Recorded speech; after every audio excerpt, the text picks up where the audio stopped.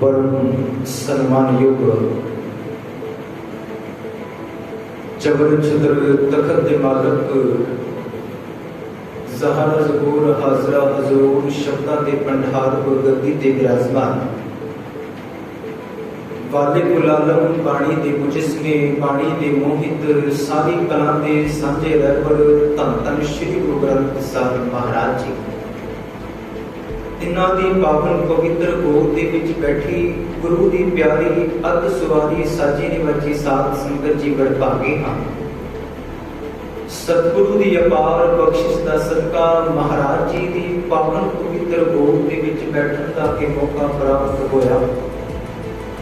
पालम प्रीतम गुरु हरकिशन महाराज जी दे प्रकाश दिहाड़े नूं मुख रखदियां होया गुरुद्वारा साहिब दे विच अज असीं सारे इकट्ठे होए।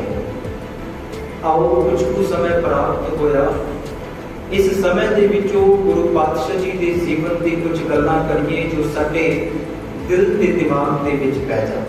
विचार आरंभण तो पहला पिता दशमेश जी वल्लों बख्शी हुई फतेह करो प्रवान गज गज के आखो जी वाहिगुरू जी का खालसा वाहिगुरू जी की फतेह।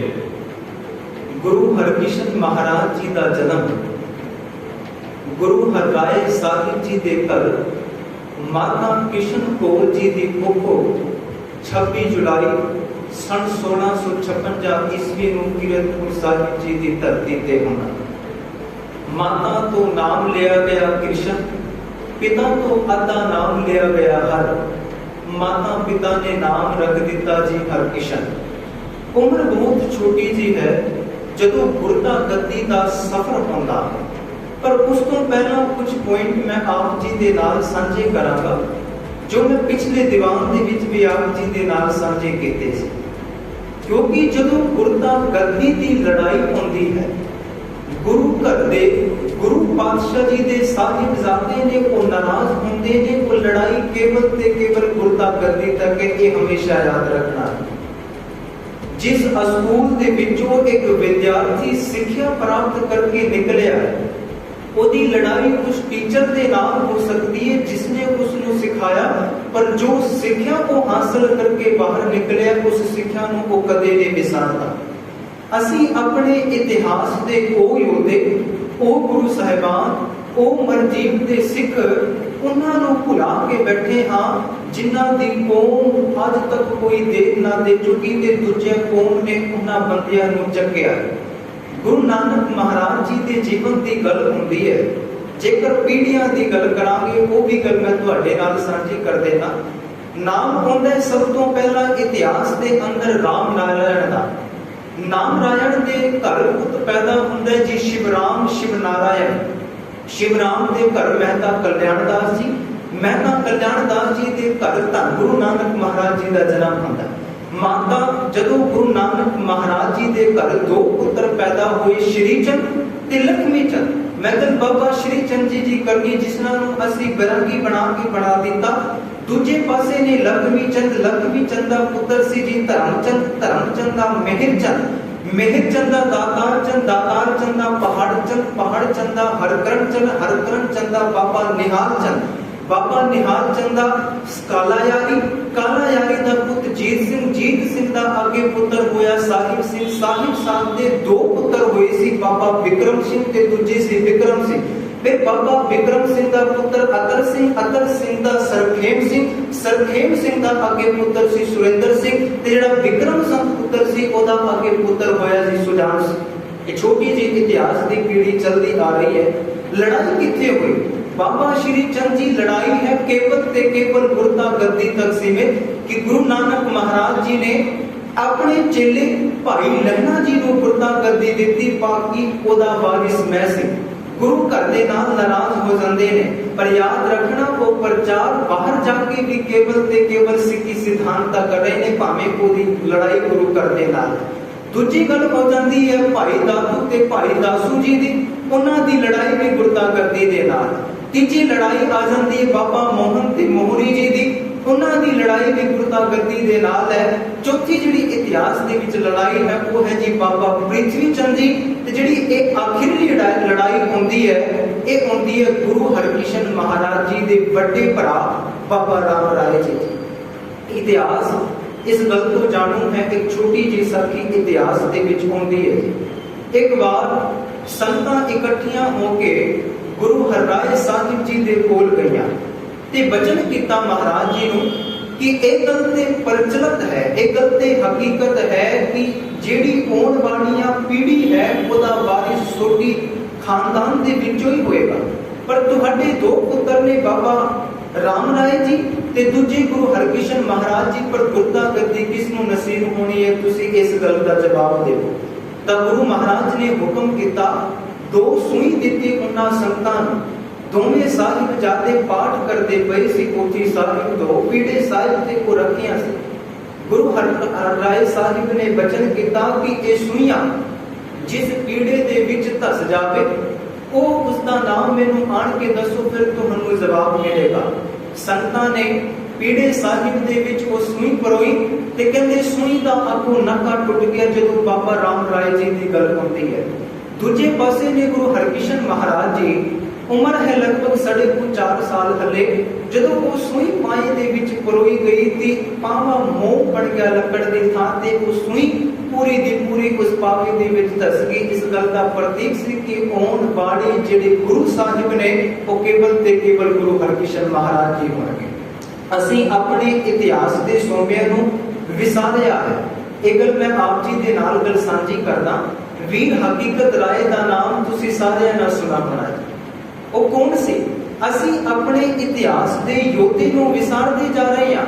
ਭਾਈ ਕਨ੍ਹਈਆ ਜੀ ਜੋ ਗੁਰੂ ਗੋਬਿੰਦ ਸਿੰਘ ਮਹਾਰਾਜ ਜੀ ਜੰਗ ਵੇਲੇ ਮਸ਼ਕ ਫੜ ਕੇ ਪਾਣੀ ਪਿਲਾਉਂਦੇ ਨੇ ਉਹਨਾਂ ਦੁਸ਼ਮਣਾਂ ਨੂੰ, ਉਹਨਾਂ ਦਾ ਅਨੰਤ ਕਾਰਜ ਹੋਇਆ ਸੀ ਬੀਬੀ ਸੁੰਦਰੀ ਦੇ ਨਾਲ, ਤੇ ਬੀਬੀ ਸੁੰਦਰੀ ਦੇ ਕੋਲੋਂ ਇੱਕ ਪੁੱਤਰ ਦਾ ਜਨਮ ਹੋਇਆ ਸੀ ਲੱਛੀ ਰਾਮ ਦਾ।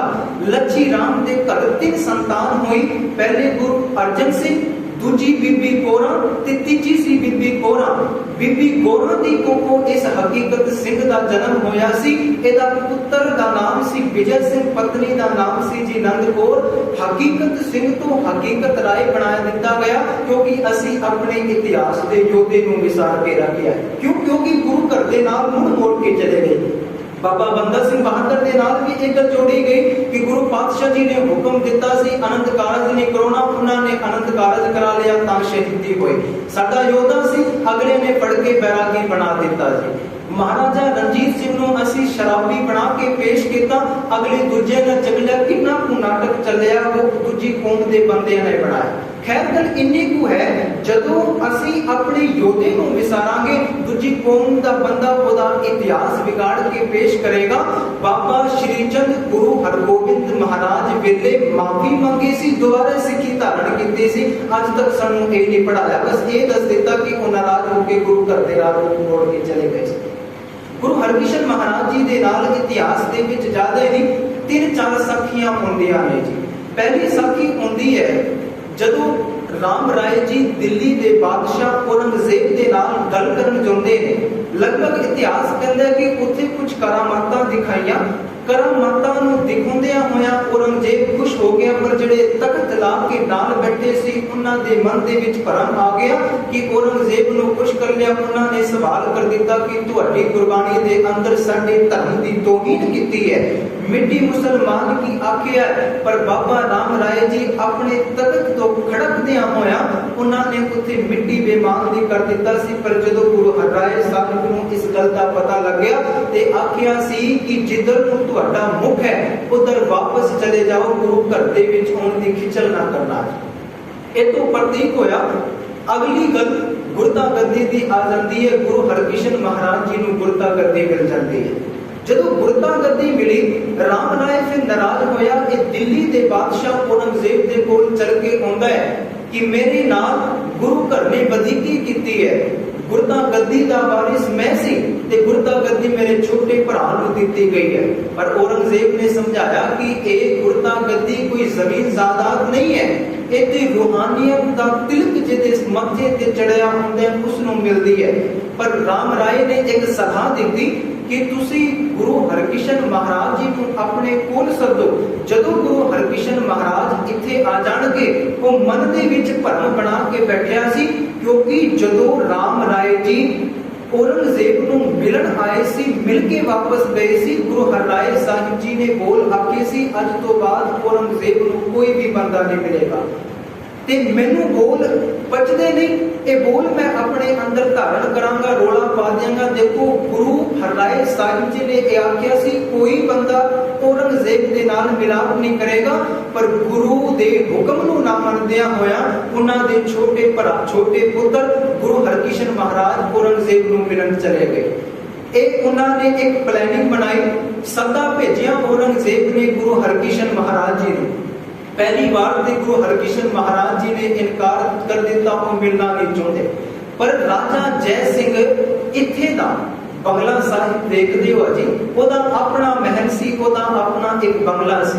राजा जय सिंह ने हुक्म किया संतां नूं, संतां दे हुक्म दे नाल लाखां दी गिनती दसी जांदी है। जदों कीरतपुर साहिब जी दी धरती ते गुरु हरकृष्ण महाराज जी तुरन लगे ने, उन्हां दे पीछे बहुत बड़ा काफला है।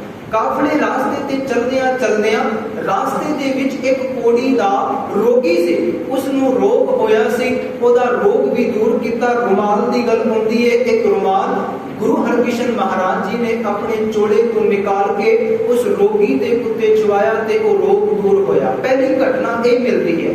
दूजी घटना मिलती है अंबाड़े दे जिले दे विचों पंचो खाना जिहड़ा शहर है, उस शहर दे अंदर पंडित लाल चंद सी, वो गुरु घर दे नाल बड़ी ईर्खा हुंदा सी कि 5 साल दा गुरु बना दिता।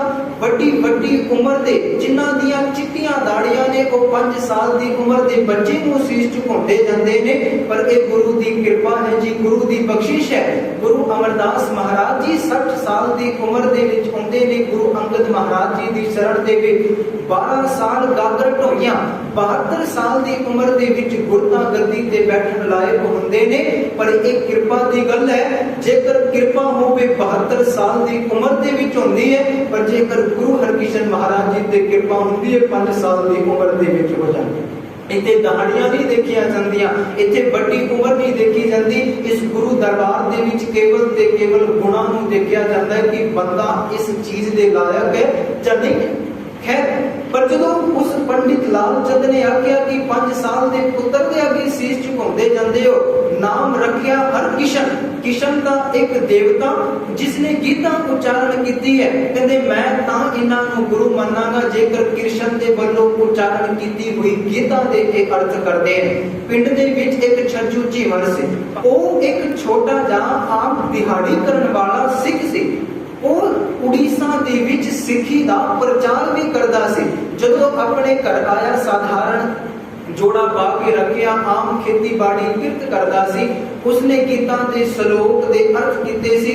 पंडित लालचंद उत्थे हैरान होया ते उसने सिखी धारण कीती। दूजी घटना ये मिलती है, हुण राजा जय सिंह दे बंगले दे विच पहुंच गए ने जी गुरु हरकृष्ण महाराज। दिल्ली ठिकाना कीता, औरंगजेब दे नाल मुलाकात हुई, औरंगजेब दे नाल गलबात हुई कि गुरता गद्दी दा वारिस तुहाडा बड़ा भरा सी, तुहानू क्यों नसीब होई। उन्हां ने आख्या कि बाणी नू बिगाड़ के पेश कीता सी इसी दरबार दे विच, ते जो बाणी दी तौहीन करेगा उस नू गुरु कर कदे भी स्वीकार नहीं करता। ये गल हमेशा याद रखना। एक कल्ला राजा जय सिंह सी जो इतिहास दे अंदर एक बंगला केवल ते केवल इत्थे स्थापित है। अंदाजा लगा के वेखो उस समय दे विच किन्ने राजे हुए। औरंगजेब वर्गे सल्तनत इस्लाम मत दी किन्नी वड्डी सी। अगले अगलियां दे राजे महाराजे दे महल खंडर बने हुए सी, पर कोई भी अज नसीब नहीं होंदा। पर जिस धरती ते जिस घर दे अंदर गुरु हरकृष्ण महाराज जी ने कदम रखिया, वो बंगले तो बंगला साहिब हो गया। एक गल हमेशा याद रखना, उत्थे भी करामात दी गल हुंदी। ओदी घर दी ने जो राजा जय सिंह दी घर दी सी, ओदी धर्म पत्नी सी, उसने भी एक गुरु घर दे गुरु हरकृष्ण महाराज जी ਨੂੰ ਪਰਖਣਾ ਚਾਹਿਆ ਕਿ 5 ਸਾਲ ਦੀ ਉਮਰ ਦੇ ਵਿੱਚ ਗੁਰੂ ਉਹਨੇ ਕੀਤਾ ਕਿ ਰਾਣੀ ਸੀ, ਰਾਣੀ ਦੇ ਕੱਪੜੇ ਜਿਹੜੀ ਬਾਕੀਆਂ ਦਾਸੀਆਂ ਸੀ ਉਹਨਾਂ ਨੂੰ ਪਹਿਰਾ ਦਿੱਤੇ, ਆਪ ਦਾਸੀ ਵਾਲੇ ਕੱਪੜੇ ਪਾ ਲਏ ਤੇ ਇਹ ਸੋਚਣ ਲੱਗੀ ਅੱਜ ਮੈਂ ਗੁਰੂ ਦੀ ਪ੍ਰੀਖਿਆ ਲੈਣੀ ਹੈ। ਜੇਕਰ ਗੁਰੂ ਸਾਹਿਬ ਨੇ ਮੈਨੂੰ ਪਛਾਣ ਲਿਆ ਤੇ ਮੈਂ ਇਹਨਾਂ ਦੇ ਸਾਹਮਣੇ ਸੀਸ ਝੁਕਾ ਦਾਂਗੀ। ਉਹਦੇ ਕੋਈ ਸੰਤਾਨ ਨਹੀਂ ਸੀ, ਪਰ ਜਦੋਂ ਸੀਸ ਝੁਕਾਉਣ ਤੱਕ ਗੱਲ ਹੁੰਦੀ ਹੈ ਗੁਰੂ ਹਰਕ੍ਰਿਸ਼ਨ ਮਹਾਰਾਜ ਨੇ ਇੱਕ ਕੋਈ ਬੋਲ ਆ ਕੇ ਨਾਲੇ ਤੇ ਸੱਦਿਆ ਭੇਜਿਆ ਤੇ ਨਾਲੇ ਪ੍ਰੀਖਿਆ ਦੀ ਲੋੜ ਪੈ ਗਈ। ਤੁਸੀਂ ਪ੍ਰੀਖਿਆ ਵੀ ਲੈ ਰਹੇ ਹੋ। ਜਦੋਂ ਇਹ ਗੱਲ ਮਾਤਾ ਦੇ ਕੰਨ ਦੇ ਵਿੱਚ ਪਈ, ਰਾਜਾ ਜੈ ਸਿੰਘ ਦੀ ਪਤਨੀ ਦੇ ਕੰਨ ਦੇ ਵਿੱਚ ਪਈ, ਰੋਂਦੀ ਰੋਂਦੀ ਆਈ ਗੁਰੂ ਹਰਕ੍ਰਿਸ਼ਨ ਮਹਾਰਾਜ ਜੀ ਦੇ ਕਦਮ ਦੇ ਵਿੱਚ ਡਿੱਗ ਜਾਂਦੀ ਹੈ ਤੇ ਸੰਤਾਨ ਦਾ ਆਸ਼ੀਰਵਾਦ ਵੀ ਦਿੱਤਾ ਸੀ। ਅੱਜ ਕਹਿੰਦੇ ਛੋਟੀਆਂ ਛੋਟੀਆਂ ਸੰਖਿਆ ਇਤਿਹਾਸ ਦੇ ਵਿੱਚ ਨੇ, ਜ਼ਿਆਦਾ ਵੱਡਾ ਇਤਿਹਾਸ ਨਹੀਂ ਹੈ। ਉਮਰ ਹੈ ਲਗਭਗ 7 ਸਾਲ ਦੀ। ਦਿੱਲੀ ਦੀ ਧਰਤੀ ਤੇ ਚੇਚਕ ਬਿਮਾਰੀ ਫੈਲ ਜਾਂਦੀ ਹੈ ਜੀ। ਉਹਨਾਂ ਰੋਗੀਆਂ ਦਾ ਇਲਾਜ ਕਰਦੇ ਨੇ, ਦਵਾਖਾਨਾ ਖੁਲਵਾਇਆ ਗੁਰੂ ਸਾਹਿਬ ਜੀ ਨੇ ਆਪਣੀ ਜ਼ਿੰਦਗੀ ਦੇ ਅੰਦਰ 7 ਸਾਲ ਦੀ ਉਮਰ ਦੇ ਵਿੱਚ ਰਹਿੰਦਿਆਂ ਹੋਇਆ। ਉਹਨਾਂ ਰੋਗੀਆਂ ਨੂੰ ਆਪ ਮੋਢੇ ਤੇ ਚੱਕ ਕੇ ਲੈ ਕੇ ਜਾਂਦੇ ਨੇ ਦਵਾਖਾਨਾ ਤੱਕ, ਉਹਨਾਂ ਦਾ ਇਲਾਜ ਹੋ ਜਾਂਦਾ ਹੈ। ਅਖੀਰ ਨੂੰ ਇੱਕ ਰਾਤ ਆਈ ਗੁਰੂ ਹਰਕ੍ਰਿਸ਼ਨ ਮਹਾਰਾਜ ਜੀ ਨੂੰ ਤੇਜ਼ ਤੋਂ ਬੁਖਾਰ ਚੜਿਆ। ਬੁਖਾਰ ਇੰਨਾ ਤੇਜ਼ ਸੀ ਕਿ ਉਸ ਬੁਖਾਰ ਦਾ ਅੰਦਾਜ਼ਾ ਨਹੀਂ ਲਾਇਆ ਗਿਆ। ਹੌਲੀ ਹੌਲੀ ਉਹ ਰੋਗ ਚੇਚਕ ਦਾ ਰੂਪ ਧਾਰਨ ਕਰ ਲੈਂਦਾ ਹੈ। ਇਸ ਚੇਚਕ ਦੀ ਬਿਮਾਰੀ ਦੇ ਨਾਲ ਗੁਰੂ ਹਰਗੋਬਿੰਦ ਮਹਾਰਾਜ ਜੀ ਜੋਤੀ ਦੇ ਵਿੱਚ ਜੋਤ ਮਿਲ ਜਾਂਦੇ ਨੇ। ਉਸ ਤੋਂ ਬਾਅਦ ਉਹਨਾਂ ਨੇ ਬਚਨ ਆਖੇ ਸੀ ਕਿ ਜਿਹੜੇ ਅਗਲੇ ਗੁਰੂ ਨੇ ਬਾਬਾ ਵਸੈ ਗ੍ਰਾਮ ਬਕਾਲਾ, ਉਹ ਗ੍ਰਾਮ ਗਾਉਂ ਦਾ ਅਰਥ ਹੈ ਪਿੰਡ, ਬਕਾਲੇ ਦੇ ਅੰਦਰ ਆਉਣ ਵਾਲੇ ਜਿਹੜੇ ਗੁਰੂ ਸਾਹਿਬ ਨੇ ਯਾਨੀ ਗੁਰੂ ਤੇਗ ਬਹਾਦਰ ਮਹਾਰਾਜ ਜੀ ਵੱਲ ਇਸ਼ਾਰਾ ਸੀ। ਗੁਰੂ ਤੇਗ ਬਹਾਦਰ ਮਹਾਰਾਜ ਗ੍ਰਾਮ ਬਕਾਲੇ ਦੇ ਅੰਦਰ ਰਹਿੰਦੇ ਨੇ।